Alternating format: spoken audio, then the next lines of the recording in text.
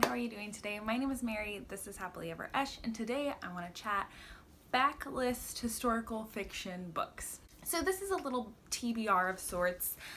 These are books that have kind of been calling to me, and this year I've done better sticking to TBRs and kind of reading the books off of my shelves. Some of that has been a little bit of willpower, some has been staying at home and not having huge accessibility to going to the library or buying books. And all that to be said, I've done videos like this in the past and have not been successful at all, but I have high hopes because of how my reading trends have been this year. So I have pulled 4 historical fiction books off my shelf that I am excited to get to. They have been calling to me. I love a good backlist book title, so that's what we're chatting today. I have hopes to read these books this summer, but will definitely be giving myself lots of grace and wiggle room to get to these books when I get to them, but definitely by the end of 2020, I would like to have ticked these books off my list, move them from my unread shelf to my read shelf. That would bring me great joy. Let's just hop on in. The first book is very exciting. It's one that I started on audio a year or so ago and was really enjoying the story and the writing, but it was just one that I did not want to listen to on audio. I wanted to take notes and really absorb the words and the text.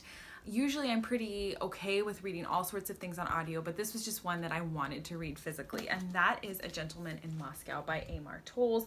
I read Rules of Civility a couple years ago and really enjoyed it, and people seem to absolutely love this book, but this one was very much spurred on and one that I want to read sooner rather than later because Katie over at Life Between Words recently read this book and adored it. I have lots of bookish internet friends who love this book. Bree over at Call Me After Coffee also raves about this book, and when she talks about a book she loves, it just makes me want to read it. So both of those lovely ladies have given this book a huge golden stamp of approval, but also Katie is going to be having a Zoom conference author interview event, internet event, and I want to go to it, so I want to have read this book, and so that's happening the end of June, so I plan to read this one at the beginning of June so I can participate and listen to her chat with Amor Towles.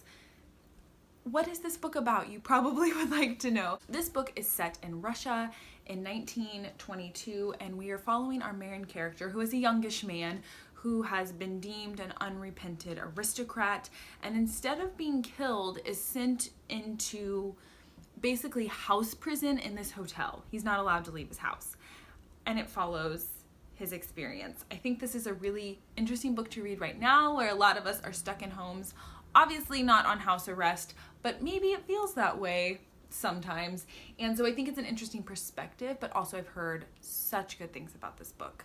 People love this book.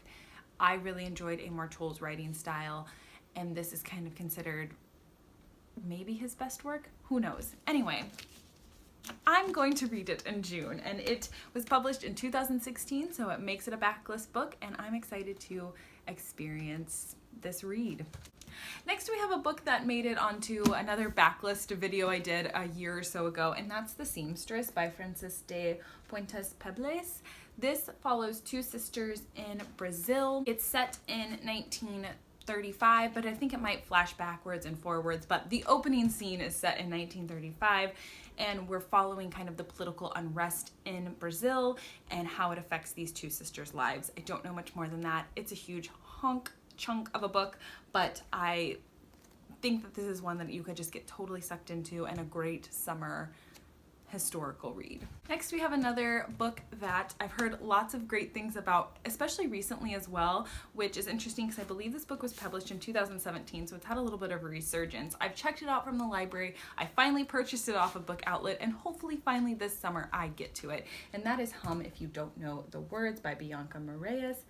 This is set in South Africa. It's during apartheid, which is sadly something that I don't know much about, so I'm interested to read from this perspective. The author is South African, and I know we're following multiple characters, we're following a story about loss, but other than that, I don't know a lot besides that people adore this book.